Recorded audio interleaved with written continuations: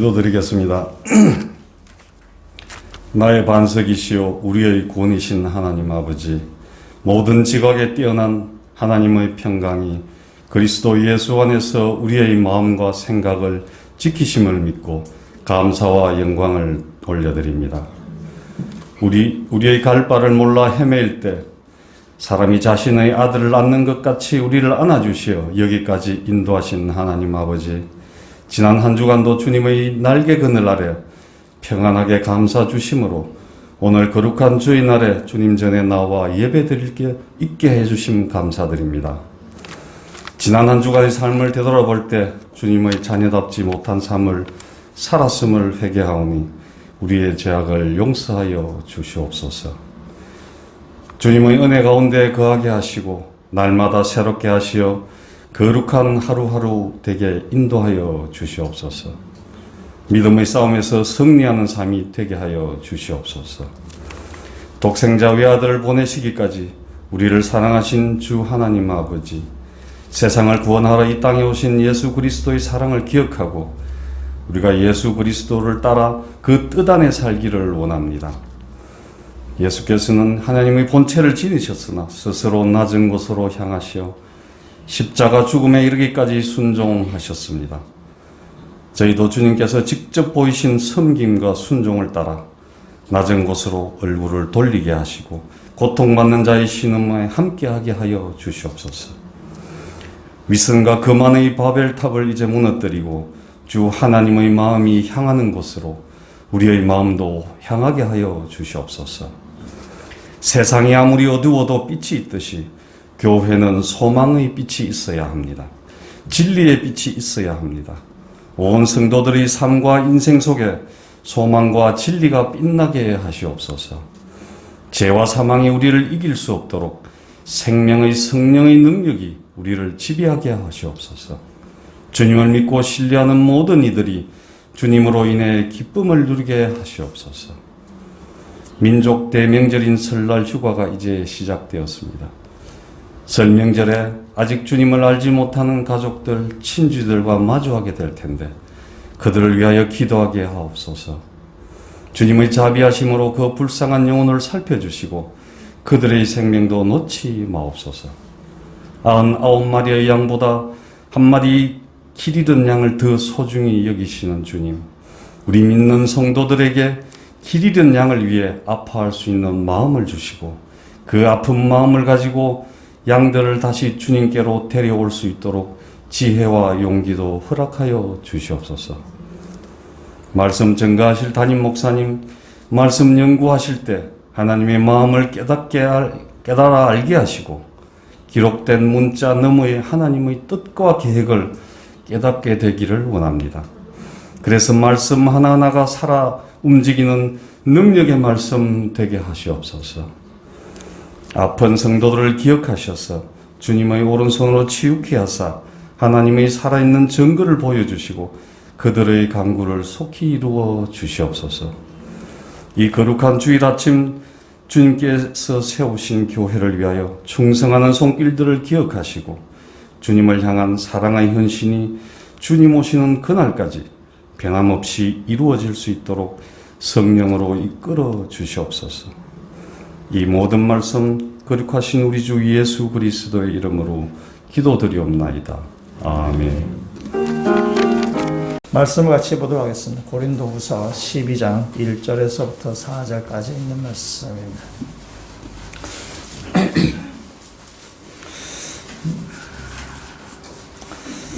제가 읽고 우리 4절 말씀, 마지막 4절 말씀은 같이 읽도록 하겠습니다. 제가 먼저 읽겠습니다. 무익하나마 내가 부득불 자랑하노니 주의 환상과 계시를 말하리라. 내가 그리스도 안에 있는 한 사람을 아노니 그는 14년 전에 셋째 하늘에 이끌려 간 자라. 그가 몸 안에 있었는지 몸 밖에 있었는지 나는 모르거니와 하나님은 아시느니라. 내가 이런 사람을 아노니 그가 몸 안에 있었는지 몸 밖에 있었는지 나는 모르거니와 하나님은 아시느니라. 그가 낙원으로 이끌려가서 말로 표현할 수 없는 말을 들었으니 사람이 가히 이르지는 못할 말이로다. 아멘. 설 명절인데요. 명절 때 여러 식구들이 이렇게 다 모이게 됩니다. 이제 코로나로 인해서 모이기가 옛날만큼 쉽지 않은데 명절 때 식구들 다 모이게 됩니다. 명절 때 며느리들이 제일 듣기 좋아하는 말이 얘야 수고했다. 빨리 친정 가야지. 듣기 싫어하는 말은 벌써 가려고 더 이따 가라 라는 말이죠. 시댁에서 아무리 잘해준다 해도 며느리 입장에서는 10월 된 것 같습니다. 우리 그리스도인들도 세상에 아무리 좋다 그래도 이 세상이 우리의 고향이 아니라 우리가 돌아가야 될 본향이 우리 가운데 있습니다. 그래서 세상에 우리가 마음에 두는 것이 아니라 우리가 하나님께 또 우리가 돌아갈 그 본향에 마음을 두고 살아가시는 믿음의 성도 다 되시기를 주의 이름으로 축원합니다. 우리나라 속담 중에 이런 게 있죠. 산개가 죽은 정성보다 낫다. 그다음에 개똥밭에 굴러도 이승이 낫다라는 거죠. 그 말은 무슨 말입니까? 이 땅의 삶이 아무리 비천하고 이 땅의 삶이 아무리 괴로워도 죽는 것보다 낫다. 이승의 삶이 저승의 삶보다 낫다라는 그런 속담입니다. 이 속담은 우리나라의 아마 유교 영향 때문에 그런 것 같습니다. 유교에는 내세를 부정합니다. 그래서 유교의 철학은 사람이 혼백이 있는데 육신과 영혼이 있는데 죽으면은 육신은 땅에 묻히고 영혼은 이렇게 영혼으로 존재하다가 그래서 집에 이렇게 사당에 모시게 되죠. 몸은 땅에 묻고 영은 사당에 모시게 되죠. 사당에 모시다가 시간이 점점 흘러가면서 이제 그 영은 싹 사라지게 되는 거예요. 그래서 옛날에 보면은 집에다 사당이 있고 또 유교 영향을 받아서 우리가 제사도 지내고 이제 그런 거죠. 왜냐면 이제 혼이 있는데 이제 점점 사라지게 되죠. 그래서 우리가 한 3대, 4대 올라가면은 제사를 지내지 않죠. 그때는 다 묶어서 제사를 지내는 거죠. 그래서 유교는 내세를 부정합니다. 내세를 부정하기 때문에 그래서 죽는 것으로 끝나는 것으로 유교는 생각을 해서 우리가 이제 그런 가치관에 있게 될 유교 영향 안에 있기 때문에 그렇습니다. 그러나 우리 기독교는 이승이 전부가 아니라고 믿는 사람이죠. 우리는 이 죽음 이후에 삶이 있다라고 우리는 믿습니다. 그래서 오늘 설을 맞이해서 제가 오늘 설교를 좀 특식으로 준비했습니다. 설날은 맛있는 음식을 먹기 때문에 떡국 뭐 이런 걸 먹기 때문에 그래서 오늘 시간에는 죽음 이후의 삶에 대해서 잠깐 언급을 드리려고 합니다. 우리가 죽으면 다 천국에 가게 되는데요. 그래서 오늘 말씀 천국에 대한 말씀은 아니고 우리가 죽음 이후에 무슨 일이 일어나는지를 잠깐 언급을 하고 그것이 우리에게 어떤 의미를 가지게 되는지 한번 말씀을 같이 보고자 합니다. 성경은 죽음 이후의 삶에 대해서는 말하지 않습니다. 천국은 말하고 있지만은 죽고 나서 우리에게 어떤 일이 벌어지는지에 대해서는 성경은 아무 말하지 않습니다. 그래서 오늘 이 말씀이 조금 조심스럽기도 한데 설날인지라 한번 이 말씀 같이 한번 나누고자 이렇게 말씀을 준비했습니다. 우리가 오늘 읽었던 이 고린도후서 말씀은 이 본문은 지금 어떤 내용인가 하면은 바울이 자기 자신을 자랑하는 그런 내용입니다. 그래서 바울이 굉장히 독특한 경험을 했는데 아주 신비로운 경험을 했는데 그것을 이제 자랑으로 하는 이야기입니다. 왜 바울이 그걸 자랑하는가 하면은 고린도 교회 안에 바울을 모함하는 사람들이 있었습니다. 그래서 그 바울을 모함해서 저는 이제 바울을 향해서 저는 사기꾼이다, 가짜다, 이렇게 얘기를 하고 사람들이 그 사람들의 말에 홀깃해서 바울을 그들의 지도자로 인정하지 아니하는 그런 사람들, 그런 분위기가 고린도 교회 안에 있었습니다. 지도자라 하면은 뭔가 좀 그럴싸한 모습을 띄어야 되는 거죠. 또 이렇게 좀 볼품도 있고, 하여튼 뭔가 좀 이렇게 좀 그럴싸해야 되는데, 바울은 전혀 그렇지 않습니다. 바울은 좀 가난했고요.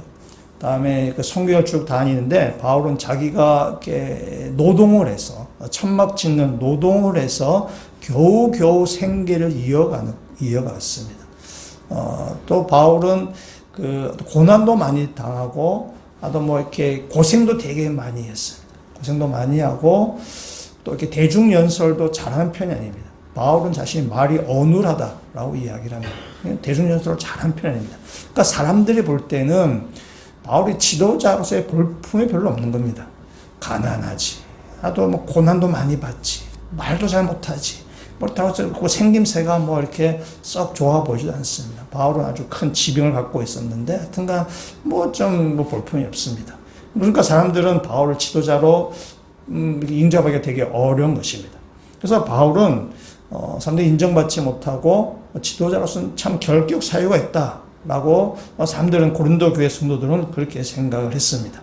그래서 그 고린도 교회 사람들은 좀 지도자가 좀 볼품 있게 좀 뭔가 좀 세련되고 뭔가 좀 이렇게 경제적으로 좀 부유하고 뭔가 세상에서 좀 성공하고 뭔가 능력이 있는 것처럼 보이고 이제 그런 사람을 그들은 지도자로 지도자로 섬기고 그런 사람을 따랐었습니다. 오늘 말씀 11장에 있는 말씀을 한번 가보시면은 11장 5절에 이렇게 이야기하고 있습니다. 11장 5절 말씀 같이 한번 읽어보도록 하겠습니다. 나는 지극히 크다는 사도들보다 부족한 것이 조금도 없는 줄 생각하노라. 아멘. 여기 거짓 교사들인데 거짓 교사들은 자신이 크다라고 이렇게 자랑을 합니다. 그래서 NIV 영어 성경이 뭐라 되냐면 슈퍼 사도로 되어 있어요. 슈퍼하다는 거죠. 그래서 이 고린도 교회 성도는 이 슈퍼 사도들을 자기 지도자로 생각했어요. 그래서 바울은 무시한 거예요. 뭔가 아주 이렇게 볼품이 있고 능력이 있고 부유하고 하여튼 뭐 말도 잘하고 뭐 그런 사람을 그들은 이제 그들 사도로 따라가기 이제 그들을 지도자로 섬겼던 것입니다. 오늘 다시 12장 11절에 있는 말씀을 다시 한번 보시면은 11장 11절 이렇게 얘기하고 있습니다. 12장 11절도 같이 한번 읽어보도록 하겠습니다. 내가 어리석은 자가 되었으나 너희가 억지로 시킨 것이니 나는 너에게 칭찬을 받아야 마땅하도다. 내가 아무것도 아니나 지극히 크다는 사도들보다 조금도 부족하지 아니하니라. 아멘. 바울이 마지막 부분 얘기하죠. 나는 너희들이 따라던 그 슈퍼 사도들보다 나는 전혀 꿀릴 것이 없다. 그러면서 자신의 당당함을 지금 사도 바울은 이야기하고 있습니다. 이 슈퍼 사도들은 자신이 성경의 전문가이고 내가 예수에 대해서 잘 알고 있다라고 그들에게 하면서 막 자랑을 했습니다. 그래서 바울이 거기에 대해서 나도 한번 자랑해볼까? 뭐 이런 겁니다. 니네들이 그렇게 되게 자랑을 하는데 나도 내가 말 안 해서 그렇지 자랑할 것이 되게 많은 사람이야. 그냥 자랑을 한번 해볼까? 라고 하는 것이 10장에서 쭉 이어지고 있습니다. 그러면 10장에 한번 가보셔서 10장의 제목을 한번 보시면은 제목이 뭐라 되어 있나요? 바울이 자기의 사도직을 변호하다. 변호하다는 말은 내가 사도다 하는 것입니다. 다시 한번 자랑하겠다는 것입니다. 그래서 11장에 가시면은 제목이 바울과 거짓 사도들, 16절에 바울의 참된 자랑 뭐 이렇게 얘기하고 있습니다. 그래서 지금 10장 이후에 바울이 자기가 내가 사도다라는 것을 변호, 그다음에 자랑하는 거죠. 그래서 지금 바울과 슈퍼 사도들 사이에 요즘 말로 자랑 배틀이 지금 이루어지는 것입니다. 내가 한번 자랑해볼까? 라는 것입니다. 내 자랑할 것이 되게 많은데 내가 그동안 얘기 안 했는데 내가 한번 얘기해볼게 라고 하면서 지금 바울이 자랑을 하는 내용입니다. 오늘 본문이 바로 그런 내용이에요. 바울 자기의 사도직을 변호하는 것입니다. 내가 이런 일들을 나한테 있었다라고 이야기합니다. 그러면서 오늘 1절 말씀을 12장 1절 말씀을 다시 한번 보시면 이렇게 얘기하죠. 1절 말씀을 같이 한번 읽어보도록 하겠습니다. 무익하나마 내가 부득불 자랑하노니 주의 환상과 계시를 말하리라. 아멘. 내가 자랑하지 않으려고 했는데 내가 한번 자랑 한번 해보겠다. 나는 환상과 계시를 본 적이 있어. 내가 그 얘기 한번 해볼까? 환상과 계시를 봤다라는 것은 이건 정말 자랑할 만합니다. 이거는 상대방을 한 번에 박살낼 수 있는 아주 강력한 무기입니다. 결정타일 수 있어요. 우리도 지금 누가 환상을 보고 계시를 봤다 그러면 진짜로 말했다. 우리는 아마 그 앞에 껌뻑 죽습니다. 와, 이래 되는 거죠. 그래서 바울이 지금 그 얘기하는 거죠. 근데 사실 오늘 1절 말씀에도 무익하나마 내가 부득불 자랑한다. 그러니까 바울은 계시와 환상을 봤는데 그걸 자기가 막 자랑하지 않는다는 것입니다. 바울에게 있어서 자랑은 딱 하나밖에 없습니다. 뭐냐? 예수 그리스도의 십자가밖에 없습니다. 바울 오직 그것만 자랑하는 거예요. 다른 것은 다 배설물로 여기고 나는 오직 예수 그리스도의 십자가만 자랑한다. 근데 너희가 하도 나를 지금 고린도 교회가 막 분열이 있어요. 분열이 나고 바울의 사도를 부정하고 그러니까 교회가 굉장히 시끌시끌해진 것입니다. 시끌시끌해서 바울이 하도 당하니까 내가 한번 자랑해볼게 라고 하면서 앞에 쭉 10장부터 쭉 바울이 그 중에 이제 하나 오늘 본문에 있는 말씀 내가 환상과 계시를 본 적이 있다 라고 지금 이야기하고 있습니다. 그러니까 바울이 자랑을 안 하는데 굳이 이렇게 이야기하는 것은 고린도 교회 지금 분열이 심하다. 고린도 교회 바울을 지도자로 인정하지 아니한 분위기가 지금 아주 굉장히 심각한 가운데 있다. 라고 해서 바울이 지금 자기의 어떤 환상과 계시를 지금 이야기합니다. 그래서 2절에서부터 4절까지 있는 말씀, 바울이 자신이 겪었던 아주 독특한 경험, 신비로운 경험, 환상과 계시를 지금 이야기하고 있습니다. 2절에서 4절까지 있는 말씀은 이런 겁니다. 바울이 셋째 하늘에 이끌려 간 적이 있다라는 그런 환상입니다. 여기 나오는 이 셋째 하늘이라는 말은 성경에 유일하게 나오는 표현이에요. 여기 유일하게 나오는 표현인데 그래서 성경학자들이 이 셋째 하늘이 대체 뭔가 그래서 여러 가지 해석을 많이 하게 됩니다.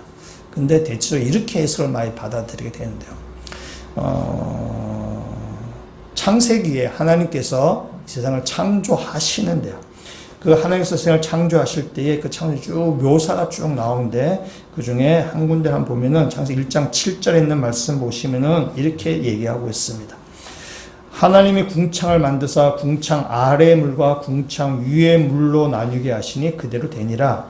이건 둘째 날에 된 이야기입니다. 하나님께서 궁창 위의 물과 궁창 아래, 궁창은 하늘입니다. 그래서 하늘 위의 물과 하늘 아래의 물로 이렇게 나누셨습니다. 1장 15절 말씀, 또 광명체들이 하늘의 궁창에 있어 땅에 비추라 하시니 그대로 되니라. 이건 넷째 날입니다. 내가 한 구절씩만 인용해 왔는데 너무 길게 이해하면 위해서 나중에 한번 이렇게 찾아보시면 되겠습니다. 이 넷째 날은 궁창 위에 있는 물에 광명체를 지금 만드셨다라는 것입니다. 이 광명체는 해와 달과 별 이런 것들을 이야기하는 것입니다.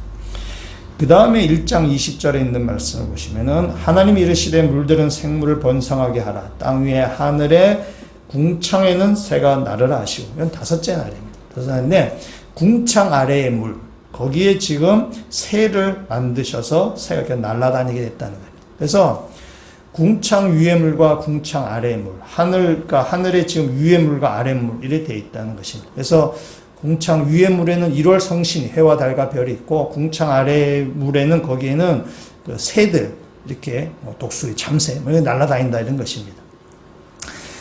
그때 당시의 새가 아니죠. 오늘날 우리가 오늘날 봐도 이렇게 생각할 수 있습니다. 우리가 땅에 이렇게 있으면 하늘을 쳐다보면은 새들이 날아다니는 하늘이 있고 그 위에 또 이렇게 해와 달과 별이 있죠. 그래서 인간을 볼 때 이렇게 하늘이 두 개 나눠질 수 있는 것입니다. 그래서 이 셋째 하늘은 뭐냐면 그 위에 있는 것입니다. 첫째 하늘, 둘째 하늘, 그 위에 있는 것이 바로 셋째 하늘이라고 이야기하는 것입니다. 그래서 셋째 하늘은 공간적인 개념은 아닙니다. 공간적인 개념은 아니고 오늘도 바울이 여기서 말할 때 뭐라 얘기하는가 하면 낙원이라고 이야기해요. 그래서 낙원에 이끌려 갔다라는 것입니다. 그래서 이 셋째 하늘은 그 창세기 말씀에 궁창 아래 물, 궁창 위의 물, 그 위에 셋째 하늘, 그 낙원이라고 이렇게 볼 수 있습니다. 인간의 어떤 이 오감각을 뛰어넘는 곳, 그래서 낙원이라고 생각하시면 될 것 같습니다. 그래서 바울이 낙원에 이끌려갔는데 14년 전에 지금 바울이 낙원에 이끌려갔다라고 이야기합니다. 이 놀라운 체험이거든 사실. 놀라운 체험이어서 학자들이 연구하죠. 14년 전 대체 무슨 일이 있었던 거야? 이런 거죠. 바울이 14년 전에 낙원에 갔는데 이게 대체 무슨 일이 있었던 걸까? 그래서 바울 일생을 쭉 연구하는데 바울에게 있어서 대표적인 신비한 체험은 있죠. 다메섹으로 가다가 예수 그리스도를 만난 사건입니다. 그건 바울에게서 아주 대표적인 신비한 체험이고 사도행전에도 3번씩 그걸 바울은 언급하고 있습니다. 그래서 그 바울이 회심한 사건이죠. 다메섹으로 가다가.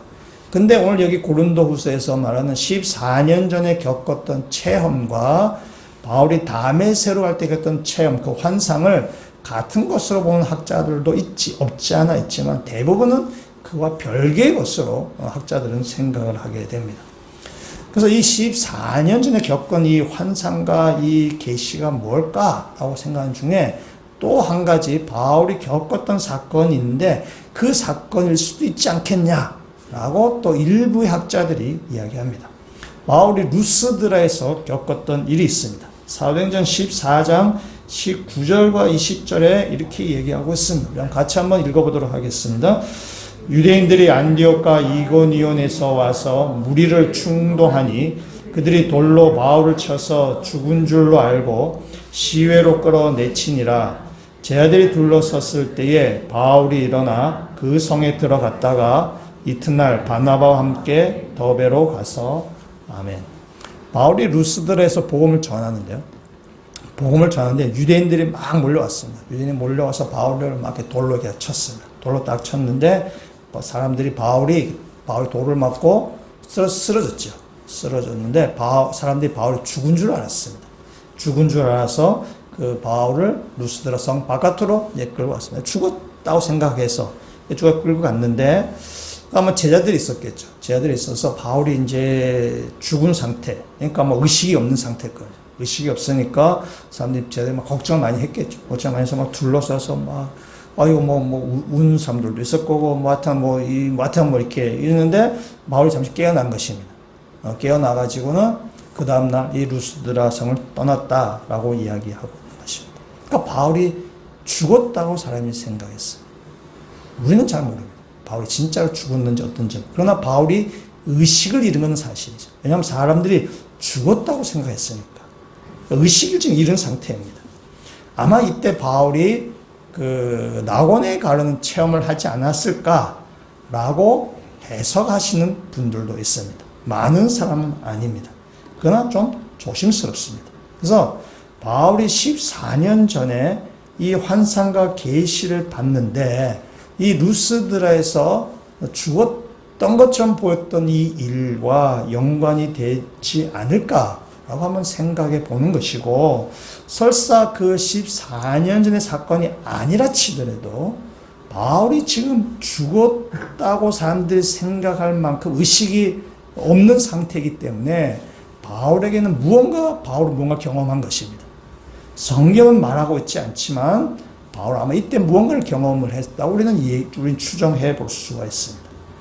그래서 이 고린도서 14년 전의 경험 어떤 건지는 잘 몰라요. 어딘지 잘 모르지만은 루스들의 경험을 이 주었던 경험을 우리 한번 생각해 보겠다는 것입니다. 제가 오늘 이 시간에 생각을 해볼 때에 고린도후서 우리 12장에 이런 말이 계속 반복되죠. 괄호 안에 들어가 있는 말 이렇게 되죠. 그가 몸 안에 있었는지 몸 밖에 있었는지 나는 모르거니와 하나님은 아시느니라 라는 게죠. 그러니까 바울은 자신이 지금 체험한 이야기를 제3자가 체험한 것처럼 이야기합니다. 그가 몸 안에 있었는지 몸 밖에 있었는지 나는 모르지만 하나님 안다 라고 얘기하죠. 그러니까 이 바울은 이 자신이 겪었던 신비한 체험을 부각시키지 않기 위해서 아주 겸손하게 제3인칭을 써서 이야기한 것이지만, 다시 한번 또 이렇게 생각해보면 바울이 유체이탈한 것이 아닌가. 유체이탈을 해서 몸이 이렇게 유체이탈을 해서 보니까 이 몸을 떠난 내가 나인지 아니면 저 몸에 있는 내가 나인지 이게 좀 이제 헷갈릴 수 있는, 혼동될 수 있는 유체이탈한 것이 아닐까라고 한번 조심스럽게 이야기를 해봅니다. 여러분이 와서 생뚱맞은 무슨 설교 시간 유체이탈 얘기하고 이러나 될지 모르겠지만 오늘 그 얘기 하려고 하는 겁니다. 그러니까 바울이 루스드라에서 죽었던 경험, 성경 언급하지 않지만 그러니까 바울은 뭔가 지금 경험한 것입니다. 일반적으로 볼 때. 또한 고린도후서 14년 전에 바울의 신비한 체험, 내가 몸 밖에 있었는지 몸 안에 있었는지 몸 밖에 있는지 내가 잘 모르겠지만 이 어떤 바울의 신비한 체험을 오늘 말씀을 같이 보고자 합니다. 인간의 죽음에 대해서 한평생 연구하고 죽음에 대한 권위자로 인정받는 엘리자베스 퀴블러스 로스라는 여자 의사가 있습니다. 1926년 스위스에서 태어났고 그다음에 정신의학을 공부하고 남편도 의사인데 만나서 미국에 와서 뉴욕이나 이런 데서 한평생 활동했던 사람입니다. 미국의 타임 잡지에서 20세기 100대 사상가 중에 한 명으로 이 엘리자베스 큐블러스 로스를 선정을 했습니다. 굉장히 영향력이 있다는 뜻입니다.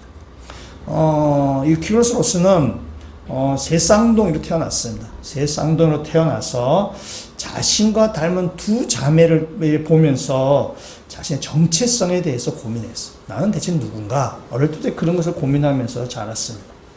어느 날 아버지의 친구분이 나무에서 떨어져서 이제 죽게 되었는데 그 친구분이 동네 아이들을 이렇게 다 이제 불러 모았어요. 다 불러 모은 다음에 아이들에게 죽어가면서 하는 이야기가 자신의 아내와 우리 아이들이 이 농장을 좀 잘 꾸려가도록 부탁을 하고 이 아버지 친구가 돌아가셨어요.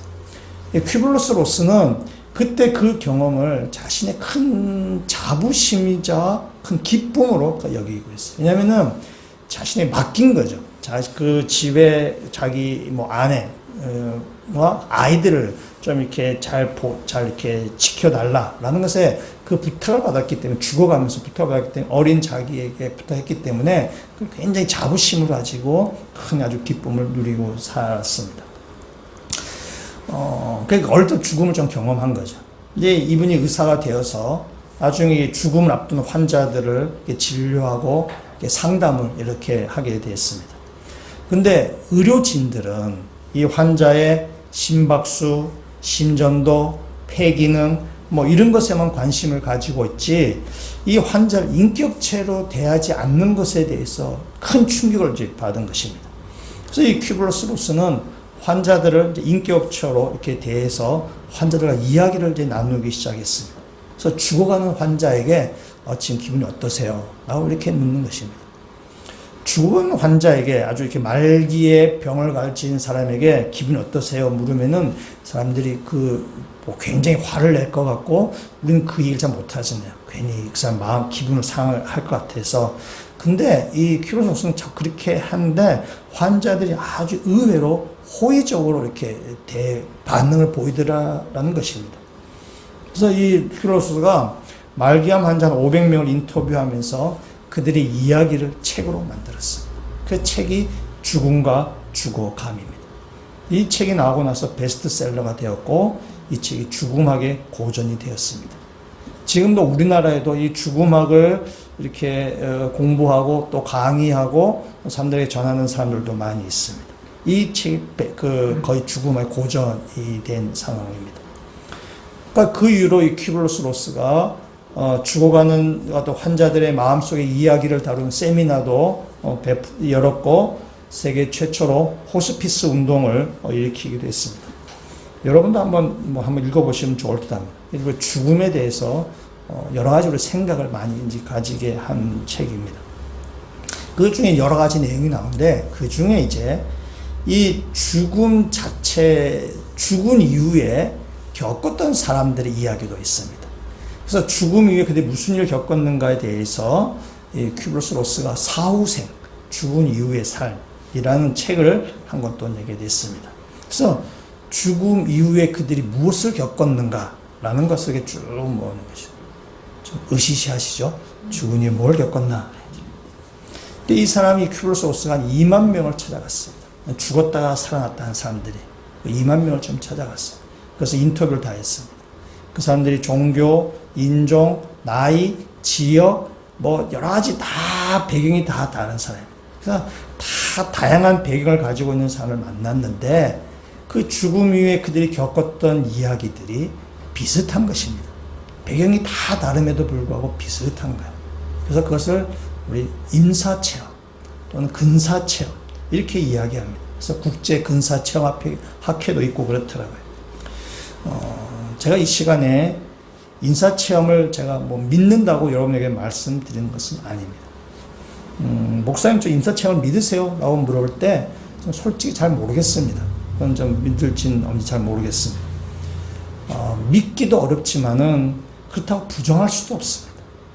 왜냐하면 성경에도 죽었다가 사는 사람들이 있습니다. 예수님도 죽었다가 살린 경험, 죽었다가 살린 사람이 3번이 있습니다. 그중에 나사로도 있습니다. 죽었는데 살리셨죠. 바울도 죽은 사람을 살린 적이 있습니다. 엘리야 선지자도 죽은 아이를 살렸어요. 엘리사 선지자도 죽은 아이를 살렸어요. 그 다음에 죽었다가 살아나는 일이 부정할 수가 없어요. 성경에 나오기 때문에. 그 다음에 바울도 오늘 이 루스드레서 사건처럼 바울도 사람들은 죽었다라고 생각했어요. 그러니까 아무리 아마 흔들어서 막 했겠죠. 막 했는데 전혀 의식을 깨지 못한 상태. 그러니까 바울 때문에 죽었다가 살아났다고 이야기할 수 있어요. 이 사람들, 성경에 나온 이 사람들, 나사로를 포함해서 죽었다가 살아난 사람들이 무언가 경험을 했을 텐데, 그 사람들이 뭔가 그들이 겪었던 일을 이렇게 성경 언급했다면은 그것이 바로 임사체험이 되는 것이죠. 성경은 그 사람들이 어떤 말도 적어놓지 않습니다. 그 사람이 죽음이 어떤 일을 겪었다든지 뭘 했다든지 성경은 아무 말도 적어놓지 않습니다. 그렇기 때문에 우리가 알 수 없는 것이죠. 그러나 분명히 그들은 죽었다가 사는 그 과정 가운데 무언가를 경험했을 거예요. 뭔지는 모르지만 무언가를 그들한테는 경험이 있을 거예요. 그것이 임사체험이라고 얘기할 수 있는 것이죠. 오늘날에도 성경의 이야기는 옛날 이야기니까, 그럼 오늘날에도 죽었다가 사는 사람이 있냐라고 저한테 물어본다면은 그런 일이 일어나지 않는다고 부정하지 아니할 수 없지 않을까라고 저는 생각하고 있습니다. 잘 모르겠다는 뜻입니다. 의학적으로도 인간이 죽음을 완전히 정의 내리지 못한다고 합니다. 왜냐하면 뇌사로 판정을 받았는데 간혹 깨어나는 사람이 있다는 거예요. 간혹 깨어나는 사람이 있기 때문에 의사들도 그런 상황을 설명해내지 못한다는 거예요. 이게 왜 이래 됐는지를 모른다. 그래서 의사들에도 이 죽음에 대해서 정확한 정의를 내리지 못하는 거예요. 우리가 흔히 말하는 심장사, 뇌사 그런 걸 얘기하지만은 그랬다고 다시 깨어난 사람이 있으니까 이 죽음이 대체 뭔가 정확하게 얘기하지 못한다는 것입니다. 그래서 지금도 죽었다 사는 사람이 있냐? 잘 모르겠습니다. 내가 없다고 생각하고 있지만, 그래도 있다 그러면, 있는가 보다. 이 정도만 제가 받아들이지, 믿거나 안 믿거나 잘 모르겠어요. 근데 아무튼, 죽었다가 다시 살아난 사람이 있는데, 그 죽음 이후에 겪었던 그 임사 체험에는 비슷한 점이 있다는 거예요. 배경이 다 다르고, 종교도 다르고, 인종도 다르고, 나이도 다르고, 성별도 다르고, 지역도 다르고, 직업도 다르고, 다 다른데 비슷한 경험을 가지고 있다는 거예요. 그래서 죽음 이후에 겪는 일을 5단계로 나누어서 설명하게 됩니다. 1980년에 미국 코네티켓 대학의 심리학 교수 링이라는 교수가 5단계로 나눴어요. 5단계 나누는데 그 이후에도 7단계, 10단계로 나눈 의사나 학자들이 있지만은 그걸 조금 더 세분화된 것이고 대체적으로 내용은 거의 비슷합니다. 첫 번째 단계는 뭐냐면은 안 적으셔도 돼요. 네, 적을 필요 없는 겁니다. 유체 이탈 단계입니다. 체외로 이렇게 이탈된 단계. 이 단계는 영혼이 육신에서 빠져나가는 단계죠. 그래서 영혼이 육체에서 빠져나가서 공중에서 자기 육체를 이렇게 바라보는 것입니다. 그래서 자신 육체만이 아니라 주변에 무슨 일이 벌어지는지도 생생하게 본다는 것입니다. 저희 말씀을 준비하면서 몇 년 전에 우리나라에도 그것이 알고 싶다에 이 임사체험을 하신 분들 인터뷰한 것이 있더라고요. 그걸 알고 싶다 그것이 반영된 적이 있다. 제가 봤습니다. 보니까 우리나라에서 임사체험한 사람들도 비슷한 이야기를 하는 거예요. 자신이 죽었는데, 자신이 방에 누워있는데, 자신이 이렇게 영혼인지 뭔가 이렇게 올라간 거죠. 그래서 자신이 누워있는, 방 안에 누워있는 자신의 육체도 보았을 뿐만이 아니라 부엌에, 마당에서 무슨 일이 벌어지는지도 이렇게 동시에 그가 봤다라고 이렇게 이야기합니다. 첫 번째는 유체 이탈, 체외 이탈 단계입니다. 두 번째 단계가 아주 캄캄한 터널 같은 데 빠른 속도로 지나가는 그런 단계입니다. 그러니까 터널과 같은 그곳을 지나갈 때 이때가 이 죽음 이후에 제일 무서운 경험이라고 합니다. 임사체험을 하는 사람 중에는 기독교인들도 있습니다. 기독교인들은 이때 이 아주 어두컴컴한 터널을 지나갈 때에 시편 23편이 떠올랐다고 합니다. 내가 사망의 음침한 골짜기를 다닐지라도 해를 두려워하지 않을 것은 주께서 나와 함께 하심이라. 아멘. 암송해야 되겠죠. 암송해야 되면 그 가운데 다 기여할 거 아닙니까? 그죠? 이 터널이 그때 제일 무서운 경험이래요. 근데 이 터널이 끝날 때쯤에는 아주 환한 빛이 있다 그러고 그때 여러 영혼을 만난다고 합니다. 자기가 아는 영혼, 그러니까 이 땅에 살면서 그가 만났던 영혼을 만나기도 하고 전혀 모르는 영혼도 만나기도 하는데 전혀 모르는 영혼을 만나기도 하는데 반갑다, 낯이 익더라 이렇게 얘기한답니다. 세 번째 단계가 이제 이 터널을 지나고 나서 이제 신비한 빛을 경험하는 단계. 대부분의 사람들이 두 번째 단계까지만 이렇게 머무른다고 해요. 이 세 번째 단계까지 가는 사람은 임사체험한 사람 가운데 한 10% 정도에 불과하다고 합니다. 이 아주 이렇게 그 찬란한 신비한 빛 가운데 이렇게 거기를 경험하게 되는데 그 찬란한 빛이 자신이 굉장히 반기는 것처럼 그런 체험을 느껴지고 뭔가 신 앞에 서 있다는 그런 느낌을 받는다고 합니다. 그러면서 그 빛이 자신의 어떤 허물도 이렇게 다 이렇게 덮어주는 같은 아주 무한한 사랑을 느낀다고 하고 그 빛 가운데 거하는 것이 얼마나 아름다운 그 세계인지를 그 인간의 언어로는 묘사할 수 없을 정도로 굉장히 아름다운 경험이었다라고 이렇게 이야기합니다. 그러면서 과거에 지나간 일이 다 스쳐지듯이 지나가면서 다 기억이 난다 그래요. 그래서 자신의 어떤 과거의 부끄러운 일들도 기억이 나지만 자신의 과거에 일어났던 일, 그에 대해서도 자기가 그것이 어떤 의미를 가지는지도 다 그때 알게 된답니다. 내가 왜 장애인으로 태어났었는지, 내가 왜 술중병의 남편과 살게 되었는지, 그런 그 모든 일들에 대해서 그때 다 그 의미를 다 깨닫게 된다라고 이야기한답니다. 그래서 이때 이 아주 이렇게 아름다운 이 찬란한 빛을 만나고 나서 엄청난 그 빛 가운데 엄청난 사랑과 뭐 지혜와 거기에 이제 그걸 경험하게 된답니다. 네 번째 단계는 장벽 앞에 서 있다면 장벽 앞에 서 있는데 이제 실제로 그 영혼의 세계 문 앞에 이제 서 있는 것을 이해해서 그래서 이 장벽을 넘어가면은 이제 영혼의 세계로 들어가는 것이고 다시는 이제 이승으로 돌아올 수 없는 그런 그 벽 앞에 서 있다는 거죠. 그래서 문화권에 따라서 어떤 사람은 사막이라고 이야기하기도 어떤 사람은 강이라고 이야기하기도 하고 어떤 사람은 바다라고도 이렇게 그 문화권에 따라서 다양하게 그 이야기한다고 합니다. 근데 이때 그건 못 들어간다. 그 벽 안 그쪽 안에 못 들어가는데 이때 그 빛의 존재가 그 이제 지상으로 다시 돌아가야 된다라고 이렇게 이야기한다는 것이죠. 왜냐하면 아직 지상에서 할 일이 남아있기 때문에 다시 지상으로 내려가야 된다라는 것입니다. 근데 그것을 강권하는 것이 아니라 아주 부드럽게 권유한다는 거예요. 근데 거기에 있는 사람들이 거의 대부분이 떠나기 싫다는 거예요. 다시 지상으로 가기 싫다는, 그냥 거기에 남고 싶다는 거죠. 다시 돌아가라고 하는 그것을 어떤 느낌인가 하면은 며칠 동안 빨지 않은 속옷을 다시 입어야 되는 그런 느낌이라는 거예요. 다시 돌아가기 싫다는 거예요. 근데 어떤 강력한 힘에 의해서, 그러니까 강권진, 억지로가 아니라 그냥 아주 자연스럽게 다시 이렇게 몸이 다시 돌아온다는 거예요. 그래서 다섯 번째 단계가 몸으로 귀환하는 것이죠. 이제 다시 깨어나는 것입니다. 그래서 임사체험하는 사람이 다섯 가지의 이 단계를 거쳐, 요 비슷한 요 단계를 거쳐서 다시 이제 귀환하게 된다는 것입니다. 그러면 임사체험한 사람들이 이런 말이 있습니다. 이 쭉 말이 있는데 임사체험한 이 말들 경험한 얘기를 볼 때에 오늘 고린도후서에서 바울이 이야기했던 자신의 몸이 몸 안에 있었는지 바깥에 있었는지 모르겠다 하는 말과 비슷하게 들려집니다. 그러니까 바울도 굉장히 조심스럽게 사실 이야기하고 있는 것이죠.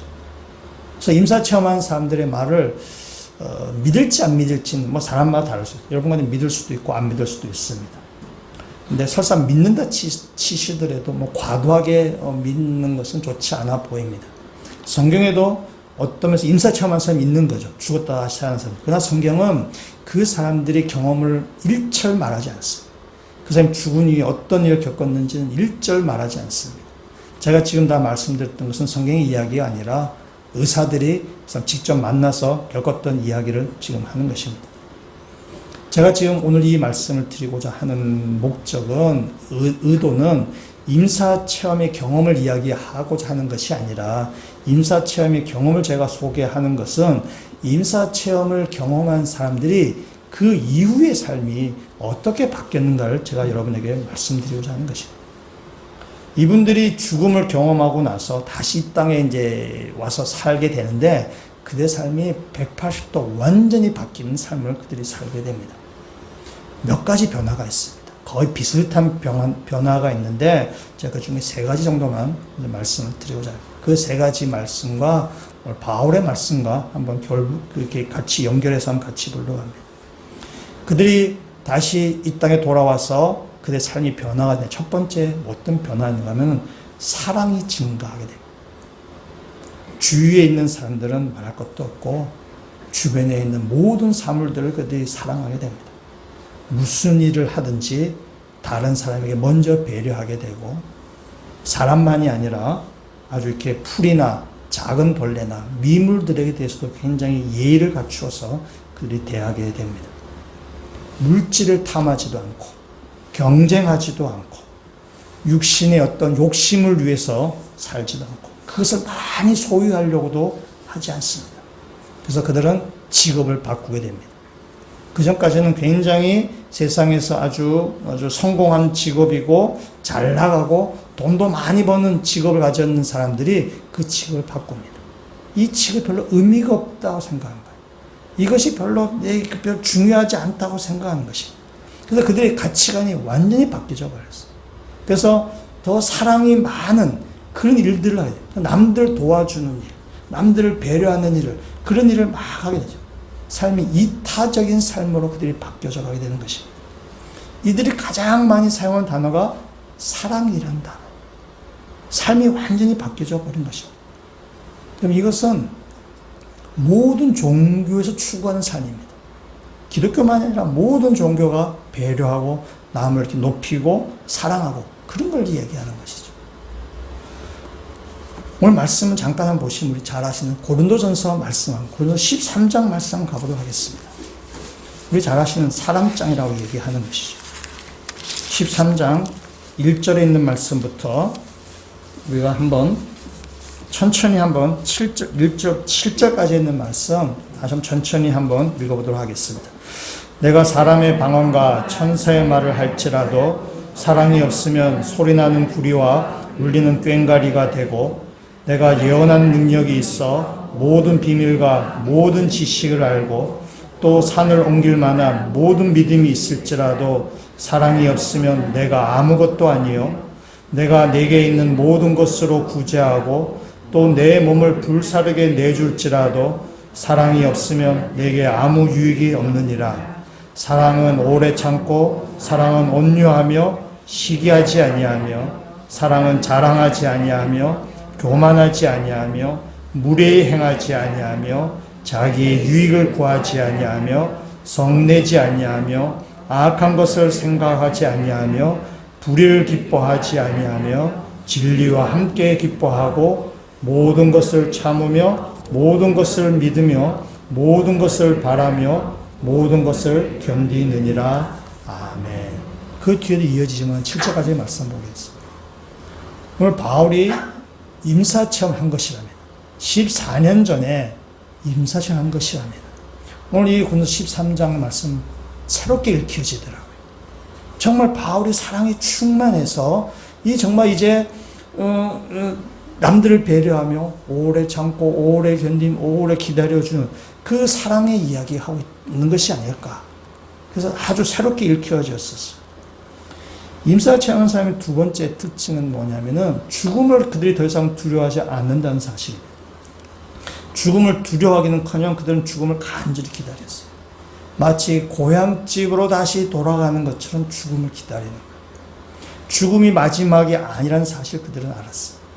죽음 뒤에 더 아름다운 삶의 땅을 경험해봤기 때문에 죽음 뒤에 더 아름다운 삶의 세상이 있다는 사실을 알고 그 아름다운 세상을 그들이 기다리는 거죠.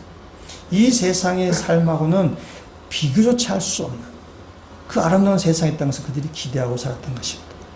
그렇다고 해서 그들이 이 땅의 삶을 소홀히 하진 않습니다.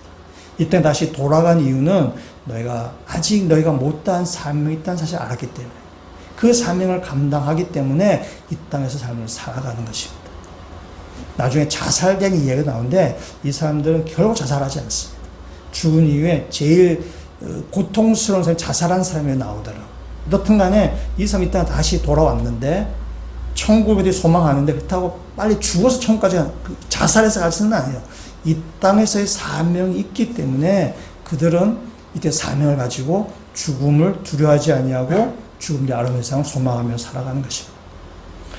오늘 고린도후서 다시 돌아가셨어요. 11장에 있는 말씀 한번 가보시면은 11장 23절에 있는 말씀부터 제가 한번 23절부터 제가 한번 읽어보도록 하겠습니다. 그들이 그리스도의 일꾼이냐 정신없는 말을 하거니와 나는 더욱 그러하도다. 내가 수고를 넘치도록 하고 옥에 갇히기도 더 많이 하고 매도 수없이 많고 여러 번 죽을 뻔하였으니 유대인들에게 40에서 하나 감한매를 5번 맞았으며 3번 태장으로 맞고 1번 돌로 맞고 3번 파선하고 1주야를 깊은 바다에서 지냈으며 여러 번 여행하면서 강의 위험과 강도의 위험과 동족의 위험과 이방인의 위험과 신의 위험과 광야의 위험과 바다의 위험과 거짓 형제 중에 위험을 당하고 또 수고하며 애쓰고 여러 번 자지 못하고 줄이며 목마르고 여러 번 굶고 춥고 헐벗었노라. 바울이 죽을 고비를 많이 넘겼다는 것입니다. 매를 맞아서 배가 파선해서 여러 번 동족의 위협으로부터 핍박부터 여러 번 죽을 고비를 맞았지만 바울은 죽음을 결코 두려워하지 않습니다. 우리가 잘 아는 것처럼 바울은 죽음 때문에 그 복음을 전파하는 사명을 포기하지 않습니다. 그러면서 오늘 28절 말씀에 이렇게 이야기합니다. 28절 말씀 같이 읽도록 하겠습니다. 이 외의 일은 고사하고 아직도 날마다 내 속에 눌리는 일이 있으니 곧 모든 교회를 위하여 염려하는 것이라. 아멘. 바울이 염려하는 것이 있죠. 뭐냐면 교회에 대한 근심이에요. 교회에 대한 사랑이 있기 때문에 그렇습니다. 그러니까 바울이 여러 가지 지금 앞에서 죽음의 고비, 여러 가지 그 아주 이렇게 고난, 그런 위험을 많이 겪었지만은 그러나 그것을 두려워하는 것이 아니에요. 바울이 정말 걱정하고 근심하는 것은 바로 교회예요. 바울이 자신의 사명인 거죠. 자신의 사명에 대해서 충성하고자 하는 거죠. 죽음을 바울이 결코 두려워하지 않는 것입니다. 그래서 바울은 또 이렇게 얘기합니다. 로마서 8장 18절 말씀 우리 한번 같이 한번 읽어보도록 하겠습니다. 생각하건대 현재의 고난은 장차 우리에게 나타날 영광과 비교할 수 없도다. 아멘. 바울이 얘기하죠. 현재의 고난은 장차 나타날 영광과 비교할 수 없다. 지금 바울이 뭔가 본 거예요. 바울이 뭔가 보지 않고서는 현재의 고난과 미래의 영광을 비교하기가 어려운 거예요. 이 바울이 뭔가 봤기 때문에 현재의 고난과 장차 날 영광을 비교해 볼 때에 현재의 고난은 장차 우리가 누릴 영광과는 비교조차 할 수 없는 것이다. 그래서 지금 내가 죽음이라도 내가 핍박이라도 내가 능히 견뎌나갈 수 있다. 이 죽음 위에 이 땅의 삶이 다가 아니라 더 아름다운 세상이 있기 때문에 바울이 죽음도 견딜 수 있다라고 지금 이야기하는 것입니다. 세 번째, 임사체험한 사람들의 경험은 종교적인 삶이 그들이 되었습니다. 이제 삶의 의미와 목적이 분명해졌어요. 그 다음에 신에 대한 존재도 깊이 그들이 믿게 되었어요. 그러다 보니까 영성이 깊어지고 굉장히 종교적인 삶이 되었습니다. 여러분, 종교적인 삶이 되었다라는 이 말은 이 땅에 있는 기성 종교에 열심히 한다는 말이 아닙니다. 어떤 면에서 오히려 기성 종교에는 소홀하게 되었어요. 왜냐하면 기성 종교가 가르치는 것이 거짓되라고 이 사람들은 알았기 때문에 그렇습니다. 제가 목사고 기독교 목사지만 이해되는 부분이 있습니다. 이 땅에 우리가 교회가 있는데요. 이 땅에 기독교가 있는데 타락한 부분들이 있습니다.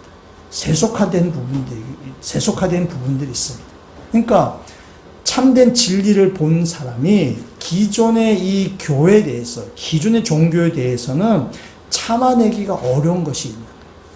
이 땅에도 있죠. 임사체험하지 않더라도 정말 기독교의 본질을 추구하는 사람들은 기성교의 타락에 대해서 굉장히 아파하는 거예요. 이 참된 진리를 깨달은 사람, 참된 뭔가 이렇게 본 사람은 이 기성 종교에 참 따라가기 참 어려운 거예요. 그냥 기성 종교 너무 이렇게 세속화된 부분이 타락한 부분이 있습니다. 바울은 이런 고백을 한 번 하게 됩니다. 갈라디아서 1장 10절에 있는 말씀, 우리 한번 같이 한번 읽어보도록 하겠습니다. 이제 내가 사람들에게 좋게 하랴, 하나님께 좋게 하랴, 사람들에게 기쁨을 구하랴, 내가 지금까지 사람들의 기쁨을 구하였다면 그리스도의 종이 아니니라. 아멘. 바울은 명쾌히 얘기죠. 내가 하늘을 기쁘게 하랴, 사람을 기쁘게 하랴. 내가 사람을 기쁘게 하면 난 더 이상 그리스도의 종이 아니다. 바울은 복음의 핵심 쫓아가겠다는 것입니다. 바울은 그의 사역 동안 유대교와 계속 충돌을 일으킵니다. 유대교의 형식화된 신앙, 하나를 믿는다고 하지만 그의 본질이 빠져버리는 껍데기인 유대교와 끊임없이 바울은 다투고 싸웁니다.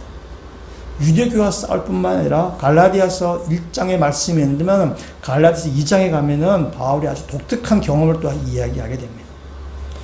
베드로가 이방인들과 식사를 하고 있었습니다. 베드로가 이방인과 식사를 하고 있는데 예루살렘에서 유대인 그리스도인들이 그 자리에 왔습니다. 그때 베드로가 그 유대인 그리스도인들이 좀 이렇게 그들 의식해서 이방인과 함께 식사하다 그 자리를 피해 버립니다. 아마 베드로는 그렇게 했을 것입니다. 베드로가 이방인을 뭐 이렇게 멸시하거나 그런 건 아닌데 유대인 그리스도인들이 오니까 좀 이 상황을 좀 이렇게 부드럽게 넘어가기 위해서 서로 좀 불편한 관계가 되지 않게 하기 위해서 아마 베드로가 이방인과 같은 자리에 있지 않은 것처럼 아마 한 것처럼 보여지게 됩니다. 바울은 거기에 대해서 공개적으로 베드로를 비난합니다. 어떻게 당신 그럴 수 있어? 이렇게 하는 거죠. 바울이 베드로에 그렇게 할 그 군번이 아닙니다. 근데 바울 입장에서 볼 때는 베드로를 위선으로 보는 거예요. 당신이 어떻게 복음을 전한다고 하면서 어떻게 이방인이 없는 것처럼 유대인이 그리스도 올라오니까 왜 그 자리를 피하느냐라고 아주 공개적으로 힐난을 하게 되는 것이에요. 그러니까 바울 입장에서 볼 때는 복음에서 벗어나는 것에 일절 타협하지 않으려고 하는 것이에요. 그러니까 바울은 유대교와도 싸우지만은 이 베드로와도 지금 한판 붙은 것입니다. 그냥 우리 같으면 그냥 뭐 중요한 일이 아니니까 그냥 이렇게 넘어가고 지금은 뭐 사람이 있어야 좋게 하고 넘어가고 그 다음에 따로 만나서 베드로 선생님 그렇게 하면 안 되지 않습니까? 뭐 이렇게 할 거야. 바울은 그 자리에서 딱 얘기해 버리는 거죠. 그러니까 바울이 그의 삶이나 그의 사명을 볼 때 강력한 삶을 살고 있어요. 바울이 아주 강력하게 복음에 대해서 타협하지 아니하며 복음을 굳건히 지켜나가려고 하는 것입니다. 바울이 임사체험한 것이 아닐까. 14년 전에 내가 내 몸이 떠나서 이것이 내 몸인지 아닌지 모를 정도의 그 경험이 바울이 참된 진리를 만나서 그가 이제 참된 진리로 살아가는 것이 아닐까. 그런 생각을 제가 조심스럽게 해보게 되는 것입니다. 그래서 제가 오늘 바울의 본문을 쭉 말씀드리는데 그 바울의 그렇게 해놓고 바울의 본문을 보니까 이것이 예사롭지 않게 읽혀지는 것입니다. 참된 진리를 만난 바울이 14년 전에 놀라운 체험과 그 신비를 경험한 바울이 그의 삶에 있어서 사역에 있어서 아주 강력한 그의 메시지를 던지는구나 라는 생각이 들었습니다. 오늘 이 땅을 살아가면서도 우리가 임사체험한 사람, 그 사람들의 말을 믿거나 안 믿거나 우리가 삶에 다 다릅니다. 그러나 임사체험한 사람들의 삶이 180도 바뀌는 것을 우리는 부정할 수 없습니다. 그 삶이 완전히 바뀌어져 버린 것이죠. 삶이 바뀐 것을 볼 때에 그 사람들의 삶이 바로 이 성경에서 말하는 천국의 삶을 나타내는 거죠.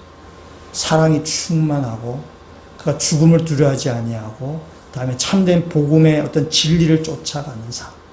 그들의 삶처럼 산다면 모든 세상의 삶처럼 산다면은 세상에 진짜 평화 찾아오겠구나라는 생각이 드는 것이죠. 그 말씀들이 우리 성경 가운데 있는 거죠. 천국의 삶은 이렇게 살아야 된다라는 것입니다. 근데 그 천국의 삶이 이 세상과는 잘 어울리지가 않습니다. 천국의 삶을 사는 것이 세상에서 잘 받아들여지지 않습니다. 임사체험한 사람들의 그들 이후의 삶에 나타난 변화 중에 참 재미난 변화가 뭐냐면은 이혼하는 경우가 많다는 거예요. 이해가 되시나요? 이 땅에서 참된 진리를 사랑을 베풀며 살다 보니까 가정 식구들이 받아들이기가 어려운 것입니다. 배우자가 받아들이기가 어려운 것입니다.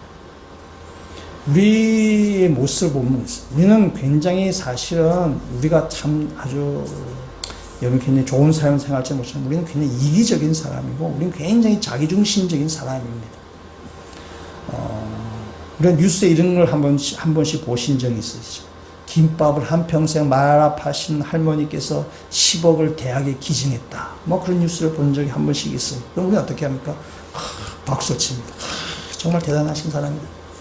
근데 내 남편이, 내 아내가, 내 자식이 10억을 교회에 헌금하거나 사회에 기부한다고 하면 어떻게 하시나요?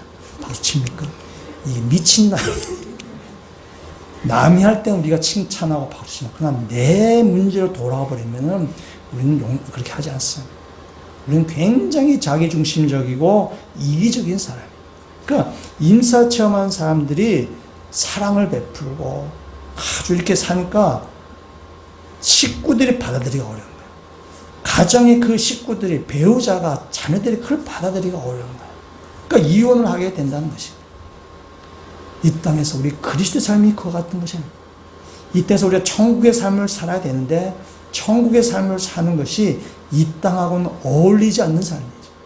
이 땅과하고는 이질적인 겁니다. 물과 기름의 관계예요. 그래서 우리가 이 땅에서 너무 이 땅과 너무 친화적으로 산다면은 우리의 삶은 천국의 삶과는 다르다 얘기할 수 있는 거예요. 우리가 정말 천국적인 삶을 살면 이 세상에서는 우리는 매를 맞는 거예요. 이 세상과는 서로 어울리지 않는 삶을 사는 것입니다. 예수님도 말씀하시죠. 마태복음 10장에 말씀하죠. 내가 이 세상에 화평을 주러 온 것이 아니라 검을 주러 왔다. 얘기하죠. 내가 너희 식구들과 너희와 아비와 어미와 형제와 자매가 원수가 되게 하겠다. 라는 것이 예수님의 말씀입니다. 이 땅에서 우리가 천국적인 삶을 산다는 것은 세상과는 어울리지 않는 삶입니다. 세상과 어울리지 않는 삶이지만은 그러나 우리가 마지막 날에 우리가 들어갈 하나님 나라에 있으면 우리가 믿기 때문에 이때서 천국의 삶을 사는 것입니다. 바울의 말씀을 다시 한번 보도록 하겠습니다. 갈라디아서 5장 22절 23절에 있는 말씀, 우리 잘 아시는 말씀인데 우리 성경 고린도서 다음 갈라디아서 말씀 보도록 하겠습니다. 갈라디아서 5장 22절 23절 말씀 그럼 같이 한번 읽어보도록 하겠습니다. 오직 성령의 열매는 사랑과 희락과 화평과 오래 참음과 자비와 양선과 충성과 온유와 절제니 이 같은 것을 금지할 법이 없느니라. 아멘. 성령의 열매죠. 여러분 이것이 바로 천국의 삶인 거죠. 사랑과 희락과 화평과 오래 참음과 자비와 양선과 충성과 온유와 절제 이렇게 사는 것이 천국의 삶입니다. 세상이 좋아할 리가 없습니다. 세상과 잘 조화를 이룰 수가 없는 것입니다. 이것이 바로 천국의 삶이에요. 근데 이 삶을 살기 위해서 어떻게 해야 되는가? 24절에 있는 말씀입니다. 24절 말씀 같이 읽도록 하겠습니다. 그리스도 예수의 사람들은 육체와 함께 그 정욕과 탐심을 십자가에 못 박았느니라. 아멘. 정욕과 탐심을 십자가에 못 박아야만, 내가 죽어야만 성령의 열매가 사랑과 희락과 오래 참음과 자비와 양선과 충성과 온유와 절제가 우리 삶 가운데 나타나는 것입니다. 이것이 천국의 삶인 거죠. 천국의 삶을 우리가 이 땅에서부터 연습하고 훈련하고 그렇게 살아가는 사람이 마지막 천국에 다 들어가는 것입니다. 우리 땅에서 성령의 열매를 누린 사람, 나의 정욕과 욕심 십자가에 다 못 받고 성령의 충만한 삶을 살아가는 사람, 그것이 바로 그리스도의 삶일 것입니다. 죽음학을 강의한 사람들도 그들의 강의 결론은 뭐냐면 이 땅에서의 삶입니다. 죽음 뒤에 이 땅의 삶이 끝이 아니다. 이 사람들이 임사체험하는 얘기를 들어보니까 죽음 뒤에 무언가 있다. 뭔가 삶이 있다. 뭔지는 모르지만 새로운 삶이 있다. 다 그것을 다 소망하고 있다. 우리 이 땅에서부터 우리가 성실에 살자라고 하는 것이 죽음을 강의하시는 분들의 결론이고 죽음에게 제 결론입니다. 성경이 이미 우리 그것을 말하고 있는 것이. 천국을 소망하면서 이 땅 가운데 천국의 삶을 살아가시는, 천국의 합당한 백성으로 이 땅을 살아가시는 주의 백성들 되시기를 주님의 이름으로 축원합니다. 같이 한번 기도드리시겠습니다. 하나님, 우리 언젠가 다 죽을 것인데 이 죽음이 인생의 끝이 아님을 저희들은 믿습니다. 우리를 위해서 하나님께서 준비하신 천국, 하나님 나라가 있음을 저희들이 믿습니다. 우리가 이 땅에서부터 천국에 합당한 백성으로 준비되게 하여 주시옵소서. 이 땅에서부터 우리가 내가 사는 것이 아니라 내 안에 그리스도가 살고 그리스도가 주저하는 삶을 살게 하여 주셔서 하나님 나라의 백성으로서 합당한 삶을 이 땅에서부터 훈련하고 준비하며 나아가는 모든 주의 백성들 되게 하여 주시옵소서. 예수 그리스도의 이름으로 기도합니다. 아멘.